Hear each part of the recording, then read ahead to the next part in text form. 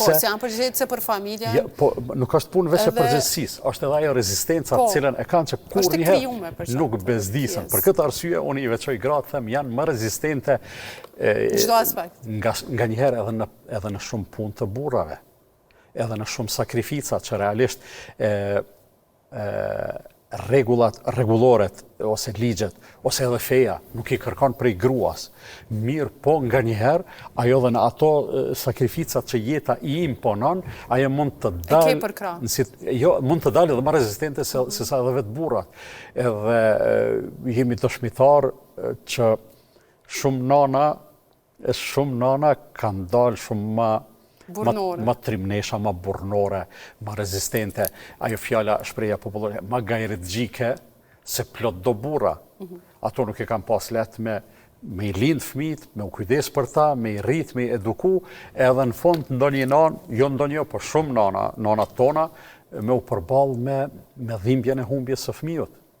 Qoftë për dëshmorët e rënë në luftë, ose për ata që edhe kur s'kanë rënë luftë janë përballë me burgje, me vujtje, me kështu, me ashtu, edhe e shehti se nanat që janë femra, e që ndoshta nana unë menoj është manifestimi më i mirë edhe më konkret i një femre burrore, një luftëtare të paepur, por edhe një mbretreshe të cilën Zoti i plotfuqishëm e ka kurorzu me trefishin e respektit cilin e meriton baba për shembull. Pse pra krijuesi Zoti na ka këshilluar që më shumë të respektojmë femrën se sa mashkullin? Më shumë të respektohet nana se sa baba. Pse? Po pikërisht për shkak të tyne që i thash.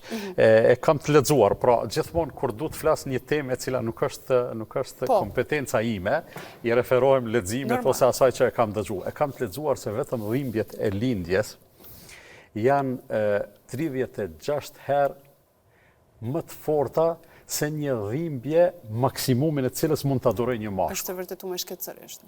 Po. I bie, edhe kjo pjesa e dytë, pra e kam me të njime dhe me të lexume, thotë sikur t'i thyheshin njeriut 20 kocka për një herë. E qysh mi apo ndryshe. Pastaj nuk është vetëm ajo, ne e dim edhe prej përvojave si fëmijë, edhe prej përvojave si prindër, se nanat janë ato që kujdesen, baballarët nga njëherë, edhe pse edhe baballarët e kanë të instalu me dashnin e natyrshme për fëmijët, edhe gatishmërinë për sakrificë. Baba është i gatshëm me dalë me marrë një plumë ose shumë pluma për fëmijët e vet. Mirë, po nga njerë natën edhe nuk e ka qas let me e prish gjumin për medalë edhe me u kujdes për fëmijën e vetë. Derisa nanat këto e bojnë by default, hiç absolutisht nuk e vrasin mendjen për këtë punë. E si të mos e kenë shumicën e respektit. Masandej, kur Islami flet kështu, kur na këshillon kështu, në asnjë mënyrë nuk kemi të bëjmë këtu me diskriminim për meshkujt. Unë si prind, si bab, kur nuk ndihemi diskriminuar prej Islamit, pse Islami i ka urdhëruar fëmijët e mi që nënën e tyre ta respektojnë 3 fesh më shumë se sa mua. Më i privilegjuar. Për arsye se unë e kam 100% e respektit, ajo zonja e ka 300% respektit edhe kur gjë së mungon mu. I bjen se cilin në habitatin e ti, ashtu sipas fesë islame. Po kthehemi tek domethënë gruaja e parë në tokë, Hoxh i nderuam, thuhet që është krijuar nga një brinj i Ademit. A ka ndonjë shpjegim pse ka ndodhur kjo? Krijimi i Ademit, pastaj krijimi i Havas që i themi ne, krijimi i Isait, Jezu Krishtit, janë 3 krijime të mrekullueshme që nuk i nënshtrohen formulave të lindjeve njerëzore, edhe pse kjo në asnjë mënyrë nuk e bën secilën lindje dhe secilin krijim të pamrekullueshëm. Nuk e minimizon, po. Absolutisht, krejt janë të mrekullueshme. Mirë, po tek këto 3 raste mrekullia shumë më e madhe. Ademi është kriju pa nanë edhe pa babë. E ka kriju Allah prej balte, e ka formësu me dorën e vet, edhe në një moment caktuar ja ka frymëzu shpirtin edhe Ademi është ngrit i gjallë.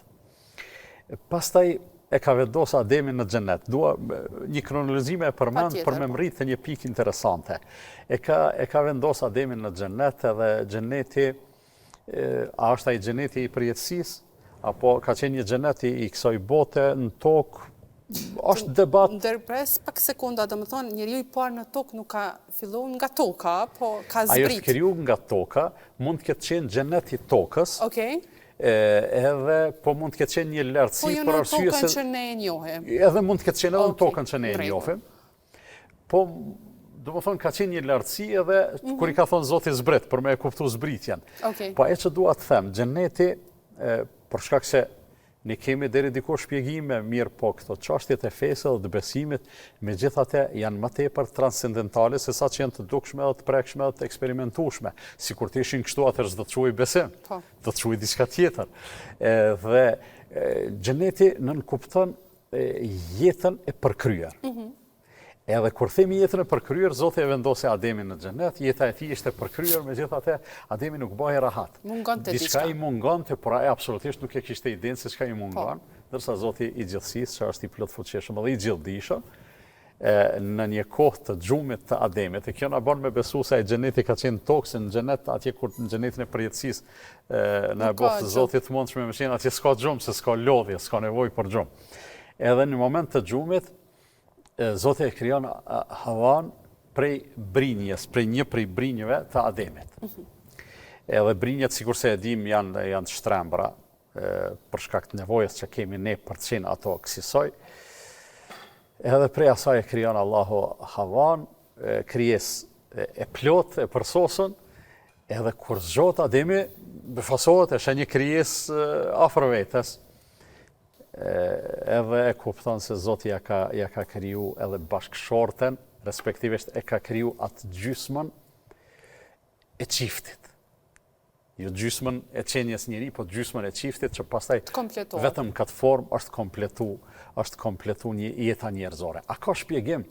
Pyete pse prej brinjes, sikur të kishte shpjegim, edhe mund të ketë ndonjë shpjegim të përafërt, po megjithatë sikur të kishte shpjegim të thuktë dhe të thellë dhe të gjithanshëm, nuk do të ishte mrekulli. Mirë, po këtu më kujtohet një shpjegim ose një sqarim që I jep I dërguari Allahut Muhamedi sallallahu alaihi wasallam, e cili ka të bëjë pak a shumë